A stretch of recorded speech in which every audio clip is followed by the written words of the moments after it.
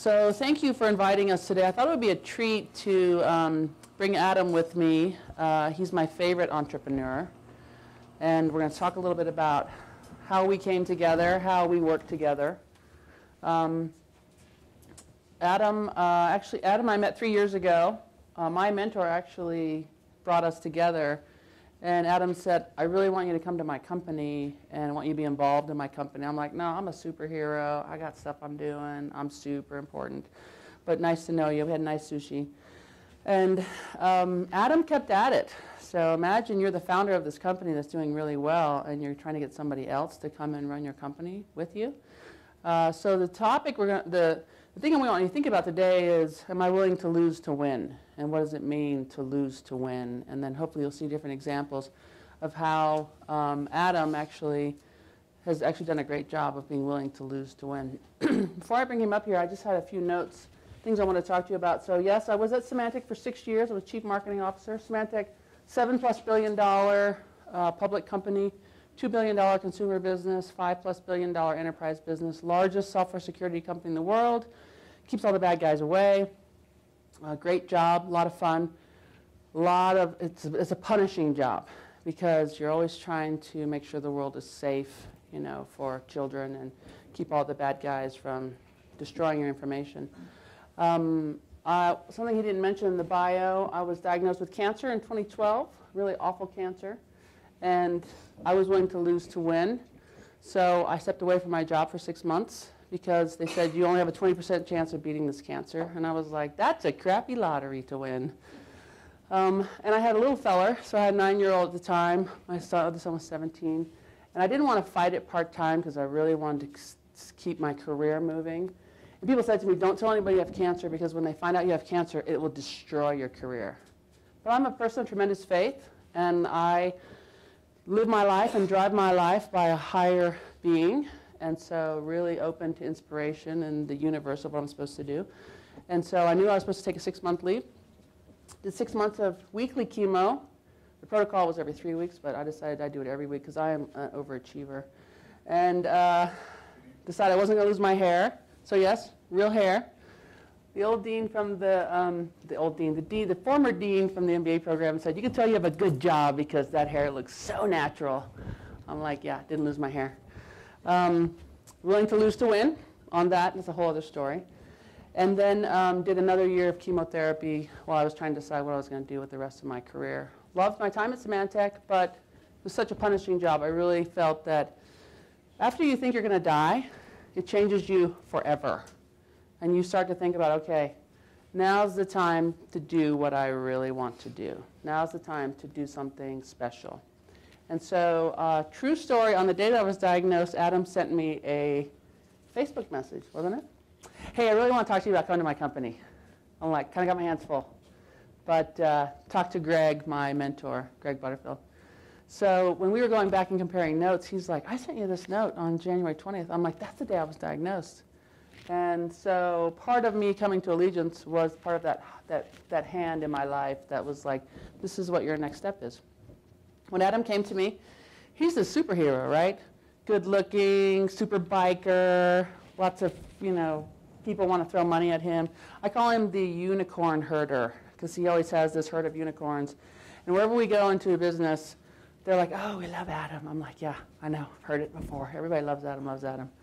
But why would you want me to come and do this with you, right? Because he doesn't need me. Well, Adam's willing to lose to win because there's things that Adam's great at that I don't do, and there's things that I'm good at that he doesn't do. So when you think about entrepreneurship, I get asked this question all the time. Are entrepreneurs born or created? What do you think? Yes. I always say yes. The answer is yes. Because I don't think of entrepreneurship as being willing to start a company. I think of entrepreneurship as having an idea that you develop and that you move really quickly on and that it's going to change how things get done. So I can look through my career and see things that I built that are a legacy that I've left behind. Because when I thought I was going to die, I was like, okay, what is my legacy? These 2 awesome kids. So my older son's in Taiwan. He left on May 15th. Only 554 days till he comes back, but who is counting? And when I dropped him off at the curb, he said, Mom, you be here when I get back, right? Because when you think you're going to die, it changes you forever. We had agreed that if I die while he's gone, that he stays out there because he's this awesome missionary. He already spoke 4 years of Chinese before he left. So his investigator sent me messages. We love this missionary. He's so faithful. He's so strong. And his Chinese is fantastic. I'm like, okay, I did a good job as a mother. Okay, so when I think about entrepreneurs, I think about leadership. I think about initiative. I think about innovative. I think about someone who can build an interesting team, right? So this is something that Adam's done.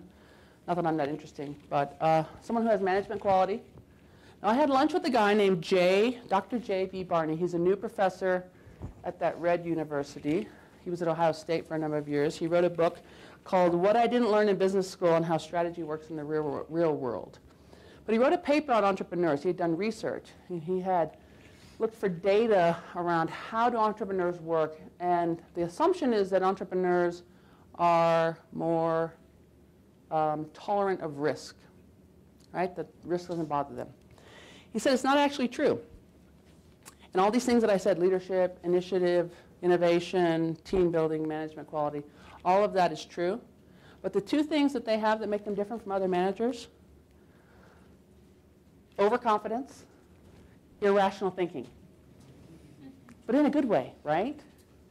So the math would say that entrepreneurs have a higher standard deviation from rational thought.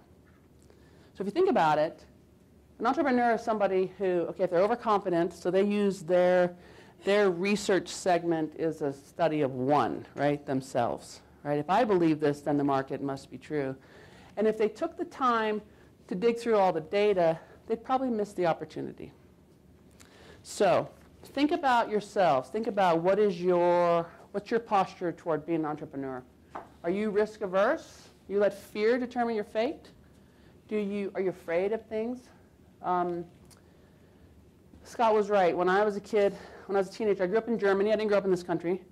And I ate lunch by myself every single day. Stuttering problem, super shy. My parents left when I was 17, so I lived the last year by myself, which is a problem with that when you're super shy, right? Because you have to talk to people. When they left, I was like, oh my gosh, now I have to talk to people. And I started realizing that I was letting fear stop me from doing stuff that I wanted to do. So that year being by myself, kind of like a year living dangerously, I learned that I had to overcome my natural tendency to be an introvert because I wasn't going to realize my dreams by being afraid. So think about what are the things that you're building in your life that are special, and you should have a dream, something that you want to build, something that is special. And do you let things stop you? Do you let other people's opinions of you or people saying you can't do this get in the way? Do you trust your own instinct? Do you follow your gut? So what I've learned, I've been in this business for a long time, is that I never go against my gut. I always follow my instinct. And remember, I'm a person of tremendous faith, so I feel like I have an influence over my life. So it's like I have help. I'm not really this good. I just have a lot of help. And then are you willing to be directed by that higher force? Are you willing to make sure that you put people in your life that will challenge you and that will push you? And are you willing to lose to win? Okay? So most of the people that I've found in my career who are in the same job forever, who never realize their dreams, is because they're afraid and they let fear get in their way. And if you ask yourself, what's the worst thing that could happen, then you start to realize, maybe I shouldn't let this stop me. So when I was sick and I was like, hey, what's the worst thing that could happen? Okay, I could die. So my goal was not to die and to do everything I could to make sure that I stay on the planet as long as possible. And I learned a lot. I learned a lot about myself. I learned a lot about my friends. I learned a lot about my family.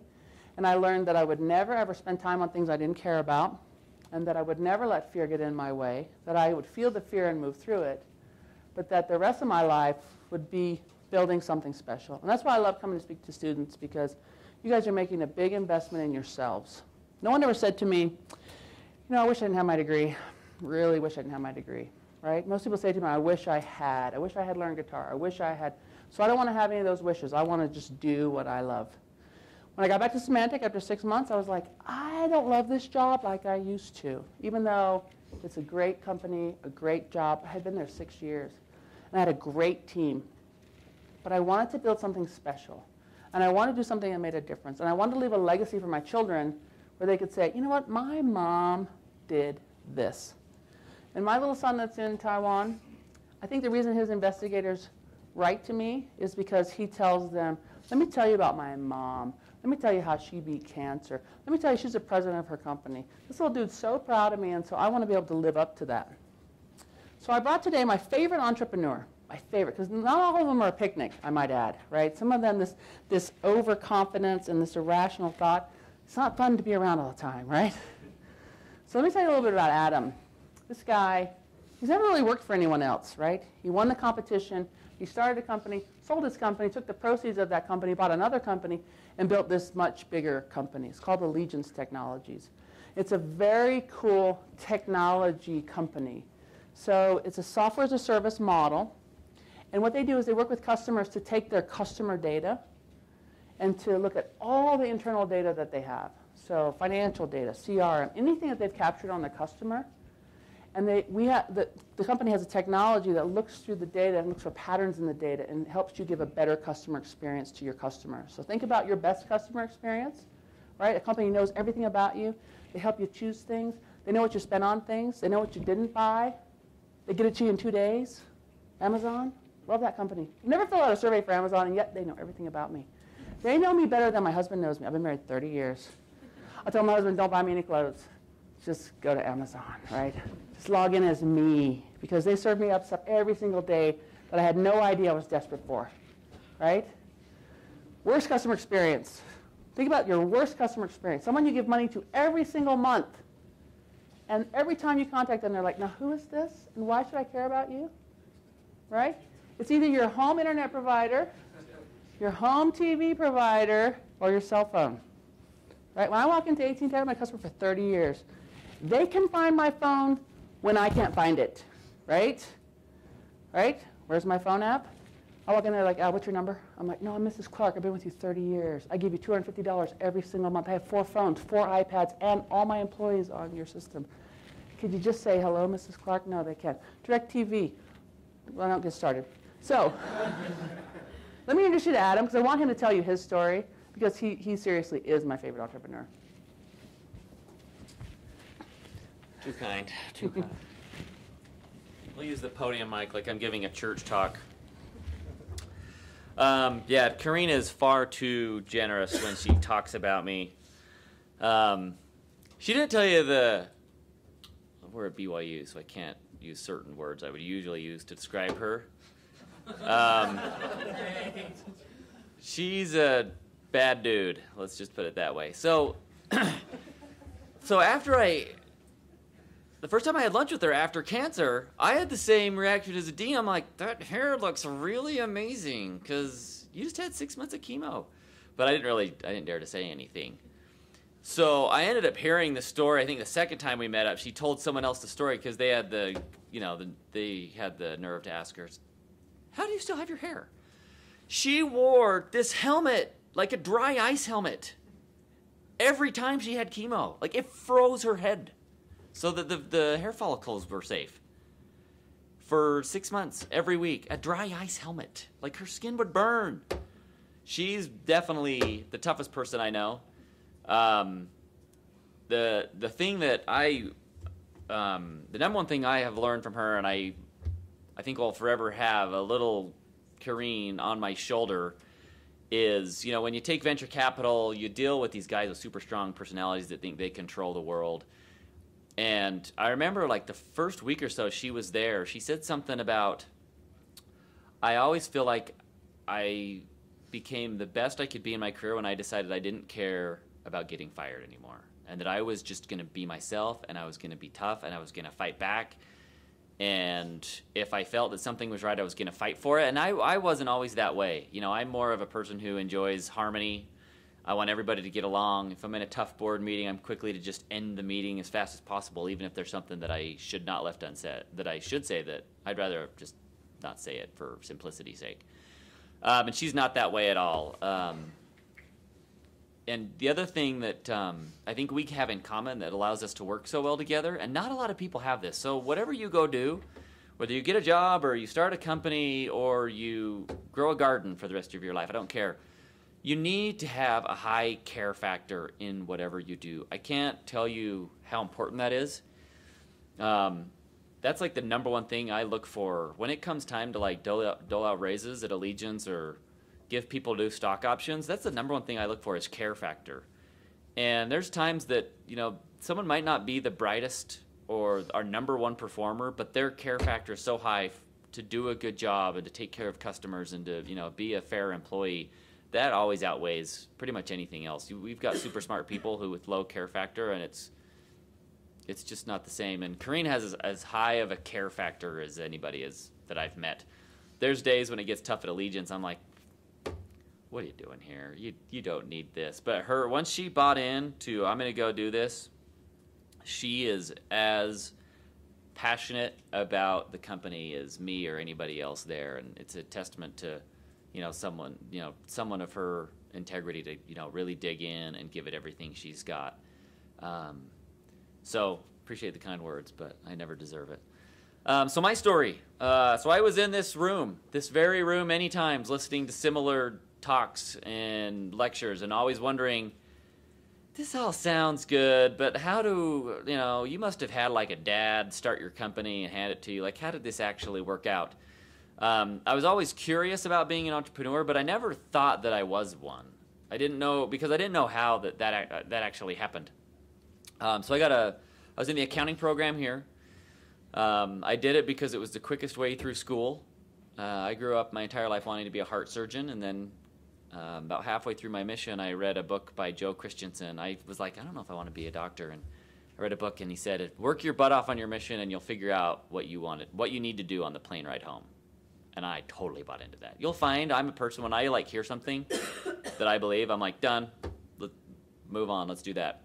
So on the plane ride home, somewhere between Chicago and Salt Lake, I was like, I need to go to BYU and major in business. I had no idea what majoring in business meant. So showed up here and said, all right, I know I need a business degree. What's the quickest way in and out? And they told me about the Master of Accounting program. So I went through the program. They churn out great public accountants. How many people are in the accounting program here? We just got two representing. I had signed a job offer to go work for KPMG in Salt Lake City. And that was kind of I was hesitant about it. It didn't seem like me, but it's what everybody else was doing. And so I was like, I guess this is what I'll go do and whatever.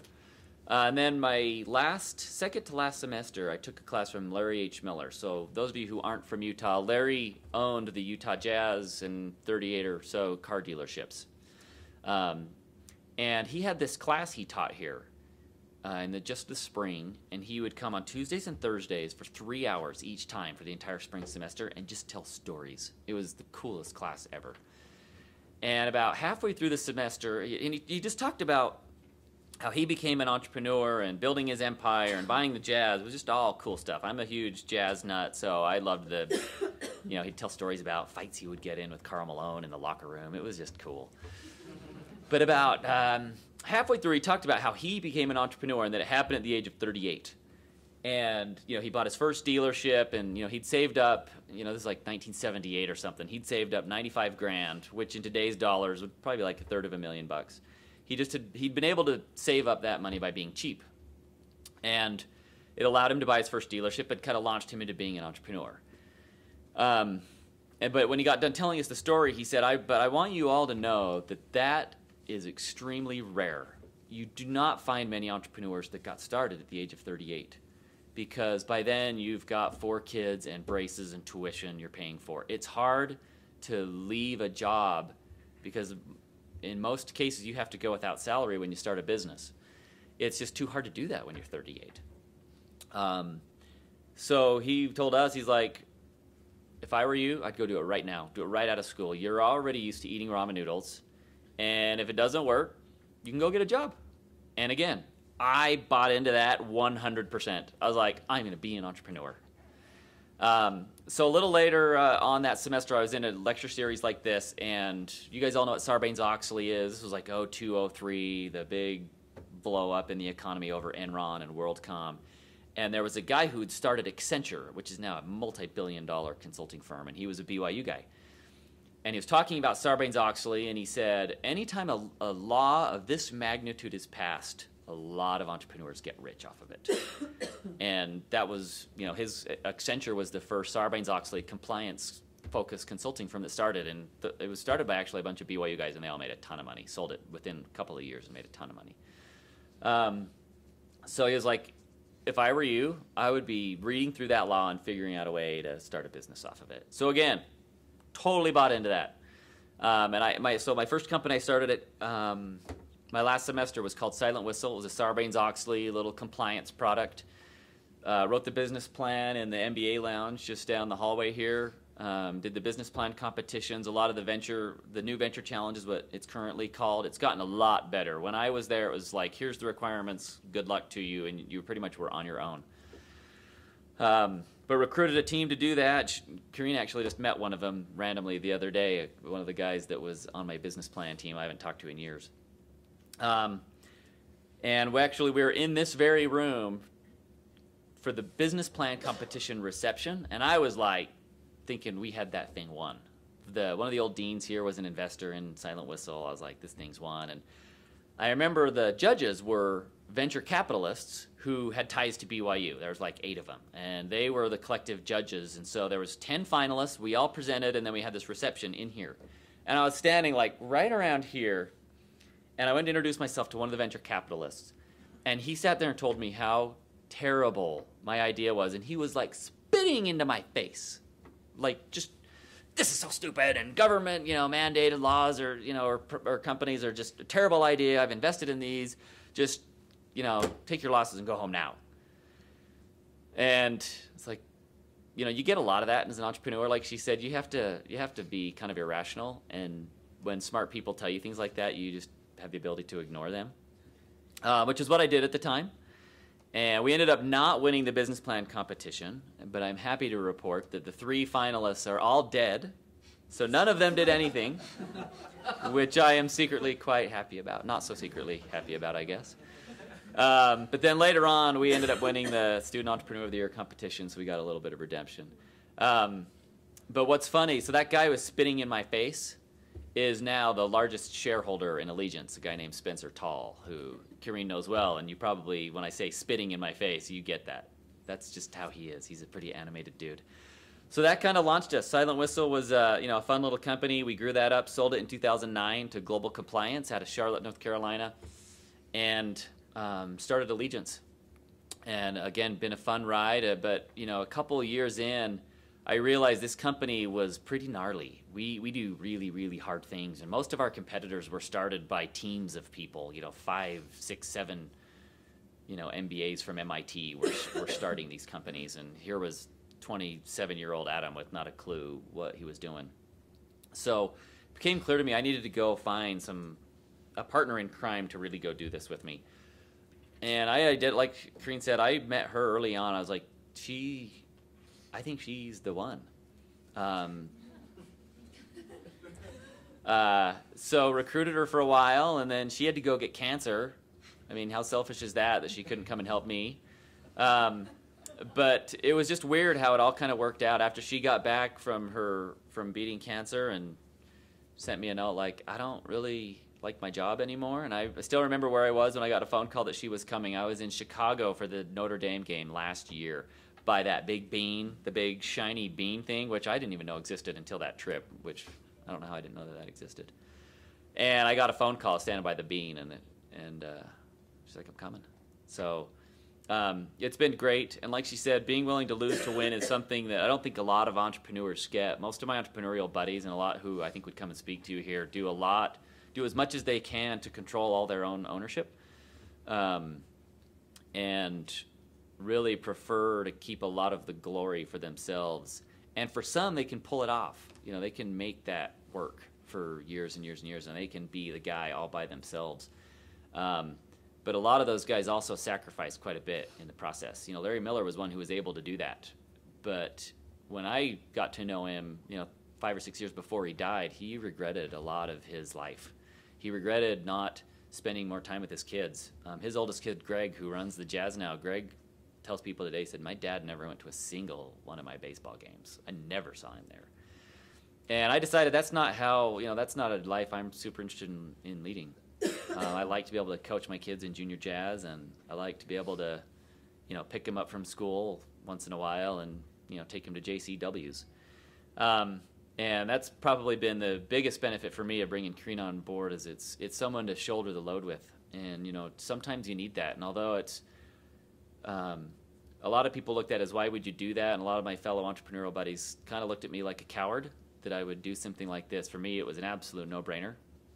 And I think in the end, when we sell Allegiance or whatever the outcome is, I 100% believe I'll make more financially anyways by bringing on someone of her caliber, and the people that she's brought on with her have made just such a difference in the company and where we're going. And looking back at, zero regrets on any of the decisions that we've made. And if anything, I feel bad for her when she's like, man, this kind of sucks. I'm like, yeah, it does.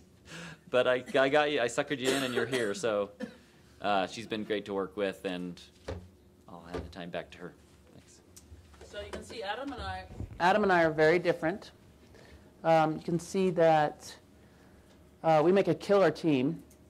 First of all, I'm very respectful of what he's built.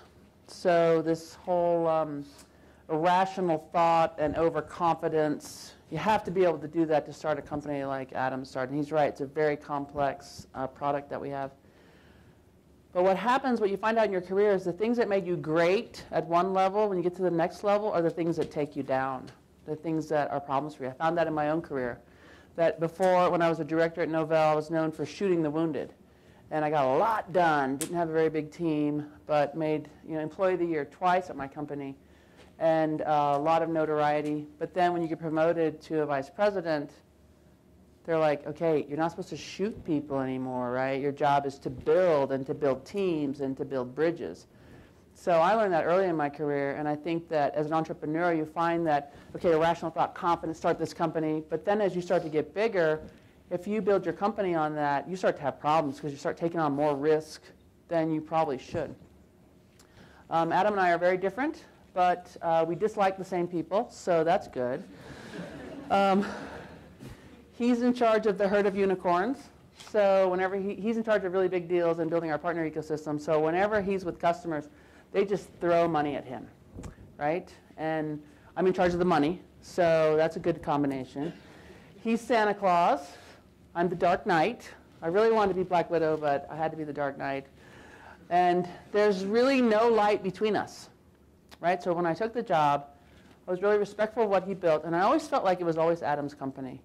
But I also wanted to do a good job as president and CEO, because I hadn't been president and CEO before. I had a really big job at Symantec, much bigger budgets than I have here, like $500 million compared to less than that. And I really wanted this to work because we owed it to what Adam had built, and plus the employees. So I remember when we were talking about this, I said, are you sure? Because you're the guy, right? You're the president and CEO. And he's like, look, I have student loans, you don't. I drive a Jeep, you drive an Audi A8L. You got a really nice pool, and I really want to have a really nice pool. So together, if we can work this out, this would be great. And for me, it meant the chance to build something special, to build something. I've been doing marketing my whole life, and this is a different way to get to customers. It's a much better way to do a better job of taking care of your customers and improving retention rates. And to be able to do that was very exciting for me. So there's no light between us. We have debates, we have discussions. We don't always agree on everything, but we always find a way to get everyone there. I brought some new people into the organization, and one of the folks we brought in was CFO. Tough public company CFO, very risk averse, very different than Adam. Adam dressed up as him on Halloween, so that was hilarious. But when the CFO started, he said, I think you're going to have to get rid of Adam because I think he's going to be an antibody for you. And I'm like, you know what? I always err on the side of trust. So we're going to make it so that Adam can do the things that he's awesome at. The whole unicorn thing, right? So we put him on the biggest deals. We put him on building the most important thing we could for the company, which was our partner ecosystem because they didn't have one to date, and that he wanted to be able to build that but never had the time to put time into it. So he started that in January. It's gone a lot better than I thought, meaning that we have partners signed up that are some of the biggest names in the industry who now can sell our stuff. They're taking us into deals, which means shorter sales cycles, which mean much bigger deals, longer term. So the trajectory of the company will just start to take off. Because I can worry about the day-to-day stuff at the company. I don't want to travel as much as I used to in the past. I want to be able to build teams, build people, build products. And Adam can focus on the things that Adam has done. So I give all the credit to Adam. I'm a big fan of his, big promoter of his. We're raising a round of funding, and when they brought me the term sheets, I said, I can't sign this without Adam being here, because this is his company. And so I came into his office, and I said, it doesn't feel right to sign this without you being right here. He's like, just sign it. It means money. So I'm like, okay, I'll sign it. And Adam takes a beating like no one I have ever seen in my life. So the problem with being an entrepreneur and taking $21 million from venture funds is that they feel like they own you and they get to just beat the crap out of you all the time. Now, the problem with me is that, remember, I ate lunch by myself every single day, didn't have a ton of friends, had a stuttering problem, was 6 feet tall in the 6th grade. So I didn't get beat a lot. Actually, I didn't get beat ever. Ever. Ever, ever. And my father, brigade commander, combat heavy brigade, largest brigade in the Army. So I never got beat. So Adam's right. I decided early on in my career, if you're going to be in technology, you have to be prepared to be fired all the time and get laid off, because that's the problem. There's a lot of churn in technology. So I live my life so that's not a problem. So that means no debt. That means a big cushion of cash. That means not afraid to make tough decisions. So when I worked for the president of Symantec, I said, I expect to be fired every single day, and I'm okay with it. And he's like, nobody else feels that way. Everybody else is afraid to be fired. So their decisions are questionable sometimes. But you always do what you think you should do. He's like, I don't know what it is about you people from Utah, you BYU graduates, because there's something about you that you always know what you're supposed to do. I think it's integrity. I'm like, if I told you what it was, you wouldn't believe me. If I gave this whole Holy Ghost thing, you'd be like, yeah, I don't believe you. Okay, so here's true story. My boss used to say, because we would celebrate every acquisition. We bought a lot of companies at Symantec. We celebrate every acquisition with really expensive wine and cigars. So I'm one of the few girls, and I've never had a drink in my whole life. And so we'd have this big celebration, and my board would say, why isn't she drinking? Why isn't she? It's like she's Amish, only she dresses better. I just know that's the way it is. True story. So be driven by a higher purpose, right? Do what you want to do. Don't get to the end of your life, or don't get to, because the end of my life was close to 49, right? I was like, what have I done? I've made all this money, but I need to leave a legacy of talent that works beautifully without me. And I got these 2 great kids that are part of my legacy. You saw Adam had a passion, and he was looking to build his own future. Right? If you have that passion, then run with that passion. Don't be motivated by peer pressure. Right? Imagine my high school would be so much better if I wasn't afraid of everything. I was afraid. Don't let fear determine your fate. I spoke at a BYU event a couple weeks ago to get more women in the MBA program. I'm like, here's my message to you. Don't let fear determine your fate. It doesn't come from the scriptures. It comes from an AWOL Nation song. Kill your heroes. Don't pay that attention to that part. But it's a great song. And when I heard that song, I'm like, that is my line for my life. Don't let fear determine your fate. Don't be afraid to lose to win. What Adam didn't tell you is that when he sold his company and made this big investment in Allegiance, he sold his house, he sold his wife's furniture, he sold his BMW, and moved his family with little tiny kids in an apartment. I would have killed him if I was married to him. I've been like, no, this is going backwards. This is going backwards because I really like that BMW. But he was willing to lose to win, to make an investment in a technology company. Now his company is in this really cool space against a very large competitor that has a crappier product than he has. And he's going to have an exit at some point. And then he'll be able to do this again. Me, not so much. I'm going to be a crossing guard. But he will be able to do this again. Think about it. Good hours, get to work outside, lots of power. You don't get to go. There's little kids. Right? I'm older than Adam. And my job at this company is to make sure Adam has the skills that have taken me 25, 30 years to get. I have scar tissue that I'm proud of. We work together. He can learn things from me that will help him in his next job. He doesn't need to take crap from his board anymore, right? So he's right. Spencer was one of our investors in the company. He's terrific to Adam. But we have some investors who are tough. They're toxic. They're not right, by the way. They're not right. So I get to be in there with Adam to say, no, we don't, no, we're not doing it that way, no. Because I'll just leave, right? Because I expect to be fired every day, right?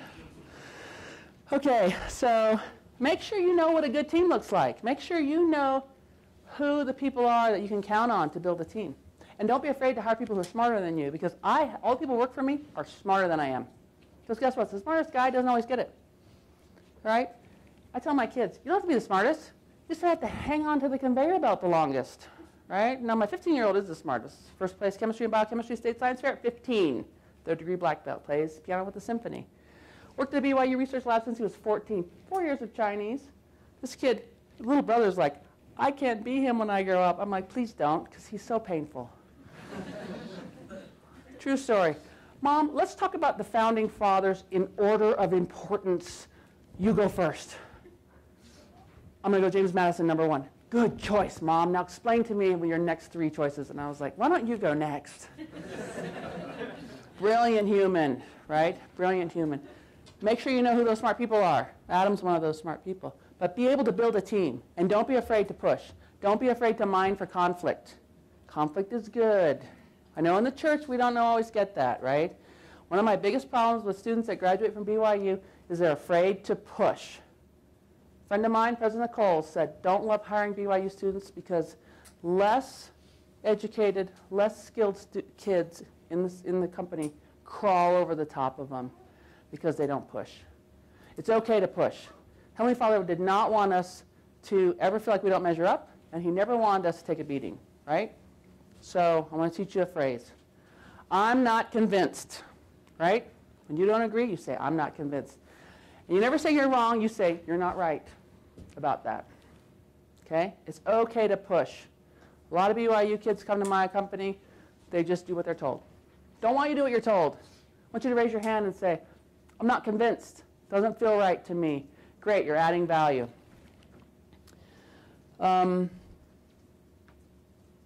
Decide today that you're going to follow your instinct, okay? Because guess what?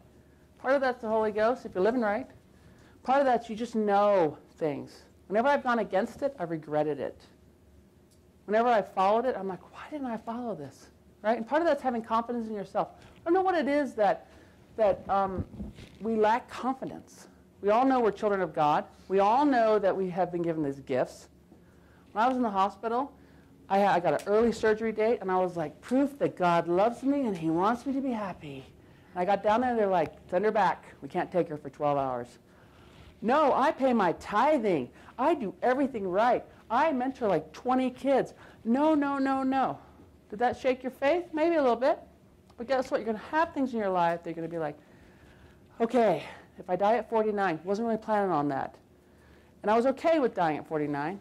I was not worried about my estate. I was not worried about my children. I was worried about the 9-year-old because he won't eat his father's cooking. I was worried about the second wife, right? That comes in and ruins my kids and takes all my money. So I'm like, I can't die. I can't die. I got to live. From my hospital bed, I called my estate attorney. Could you take me through the whole provision about the second wife? He's like, you're covered. I'm like, I just really want to know because I just really want my kids to have all the money.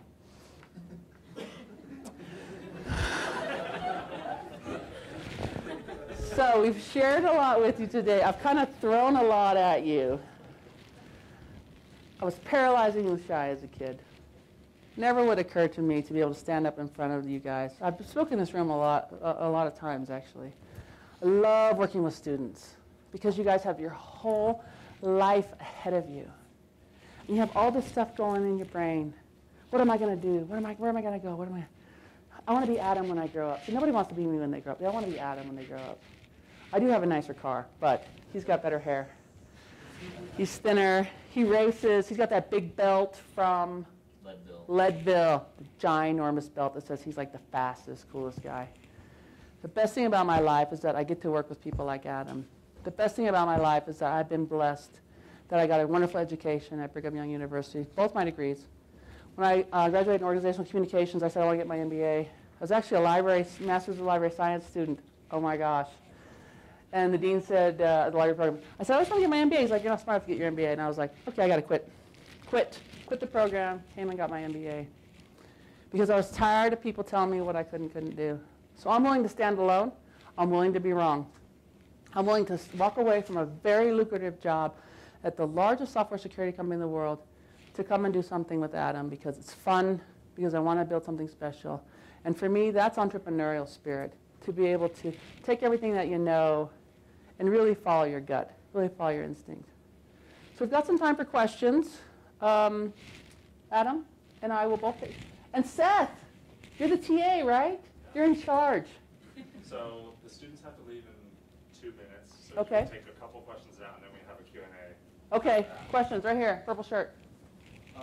So something I've been thinking about for a while. How long? A week. Okay. Just want to know if it was 10 years. You've kind of been in the business world and seen, the culture and the atmosphere of it. Yeah. And something I've noticed is, the business world is not full of women. No. And I just want to know. Good observation. Didn't get past you. Well, what's your take? Like, why is it not? Is it, you hear reasons like, well, it's still not set up for the culture to be welcoming for women yet, or is there Right. other reasons? Well, I think women don't put up with a lot of crap, first of all. And that when stuff gets tough, they're like, yeah, I'm going to do something else. More women start businesses than men in the last few years. I think that I read the Sheryl Sandberg book, right, Lean In, and she says that women, they don't know how to take that. I think there are not enough role models for girls. I don't really fit a model. I couldn't have children for a long time, and my home teacher said, if you quit your job and had enough faith, you could have a baby. And I was like, wow, that's so dumb, right? I go, hang on, I got to call the Elders Quorum president. Yeah, get this guy out of my house, right? I think that I speak to a lot of young women. They lack confidence, right? And they let fear stop them. I spoke to the women last week about getting their MBA. I talked to them about how the MBA would save your life. I used my MBA to beat cancer, and it's my own personal story. But a lot of them said, I just am afraid of the GMAT. I'm like, really? 4-letter word, GMAT? So there are not enough women in business. There are not enough women who are CEOs. There are not enough women on board, and it hurts all of us because our companies would be better if we had more women because it represents the complexion of your customers. And the products would be better because it's a different perspective. And you should look for diversity, not just women. You should look for diversity on your teams because your products are better. A whole week, huh? Who else? It's a good question, though. I get it a lot. Who else? Brave, questions? Real hair? No questions? Okay, yes. So as you've been this bulldog in the workforce, I feel like that's how you've been described. Do you feel like you were able to balance then a career that was very successful and you're very proud of it and you feel like it's really something in your life as you did with your cancer, you look back and you're like, I was able to do all these things. Did you feel like with your children you neglected them in any way? Because I think as an LDS girl are a ton of things you sometimes feel like, am I prioritizing my life right? And am I able Right. to balance my home and also career and be able to accomplish goals? So balance is hard for everyone, Yeah. right? So I tell people when you're at home, be the best mom on the planet. When you're at work, be the best executive on the planet. I had a lot of help. I had a nanny for 19 years, same nanny. I paid her a lot of money so that she would never leave me. There's a lot of guilt built with it. I decided not to be guilty. I decided to make sure I'm part of my children's life every single day. Do I wish I could stay home? Yeah, it wasn't an option for me. It's not an option for a lot of women. So don't be guilty about it, right? And the church doesn't want you to be guilty about it. They want you to have skills so you can take care of your family if you have to do that. And there's the balancing. You got to be super organized. And I say outsource everything. Okay, thanks you guys.